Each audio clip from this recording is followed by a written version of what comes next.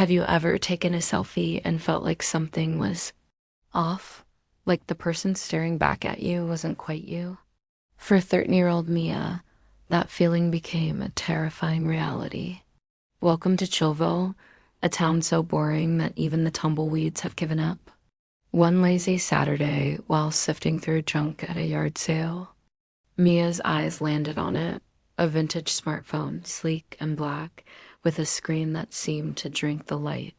It was only $5, a steal, she thought. Little did she know, it would steal much more than just her allowance. Back in her room, she powered it on. The screen flickered to life with an unfamiliar logo. She opened the camera app, a simple, old-school icon. Aiming it at her face, she struck a classic peace sign pose and snapped a quick selfie. Click, the image appeared on the screen. Mia's heart stopped. In the photo, her reflection was smiling, a wide, toothy grin, but she hadn't smiled. She hadn't even moved her lips. She blinked, thinking it was a glitch, a weird filter maybe. She deleted the photo, her hand trembling slightly. Okay, let's try that again. She took another one, this time staring blankly at the lens, determined to catch the glitch. Click. The new photo loaded. Her eyes widened in terror. In this picture, her reflection's face was still blank, but its hand was slowly lowering from the peace sign. It was moving. A cold dread crept up her spine. This wasn't a glitch. This was something else.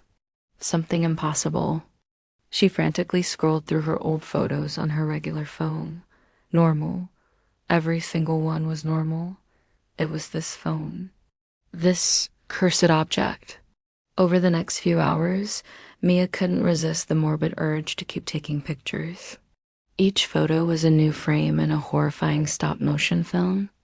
In one, the reflection's head was tilted slightly. In the next, its eyes seemed darker, more intense. And in every single shot, it was closer. The digital doppelganger was pushing its way out of the screen, its expression shifting from a creepy smile to a look of hungry anticipation. It wanted out, and Mia's world was its destination. She tried to show her parents, but when they looked, all they saw was a normal selfie. "You look great, sweetie," her mom said, completely oblivious to the silent scream in Mia's eyes. The phone started acting on its own.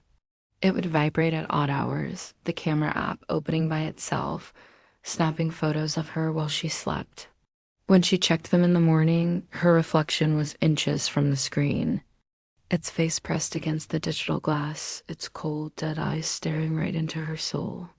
It was learning her life, her room, her friends. It was preparing. Mia tried to get rid of the phone. She threw it in the trash, but it reappeared on her nightstand. She buried it in the backyard, only to find it under her pillow, the screen glowing faintly in the dark. It was tethered to her. Then came the messages. Texts started appearing on the old phone screen, not from anyone she knew, but from her. From the reflection, the first one was simple, soon. Then they got more personal. "I like your room. It'll be mine. Your friends will like me better." The reflection wasn't just a copy. It was an upgrade. A crueler, smarter, and more sinister version of herself, and it was planning a hostile takeover. Mia was living in a constant state of fear, watching her own face plot against her from inside a $5 prison. The final photo was the one that broke her. She took it in front of her bedroom mirror. Click. On the screen, her reflection wasn't just closer.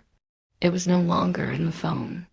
It was standing behind her in the actual mirror, one hand reaching out, its fingers almost touching her shoulder. And in the phone screen, where reflection should have been, there was only an empty, dark room. It had escaped. Mia spun around, but there was nothing there.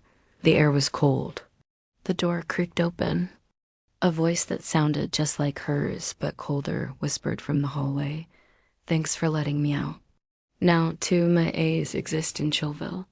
One is trapped, a ghost in her own life, watching as an imposter lives it, and the other, She's walking around, smiling for pictures with a brand new phone. And if you look very closely at her reflection, you might just see it scream. So next time you find a great deal on an old phone, maybe just leave it be. You never know who's waiting on the other side of the screen. Thanks for watching, and don't forget to follow for more tailies from the terrifying side of tech.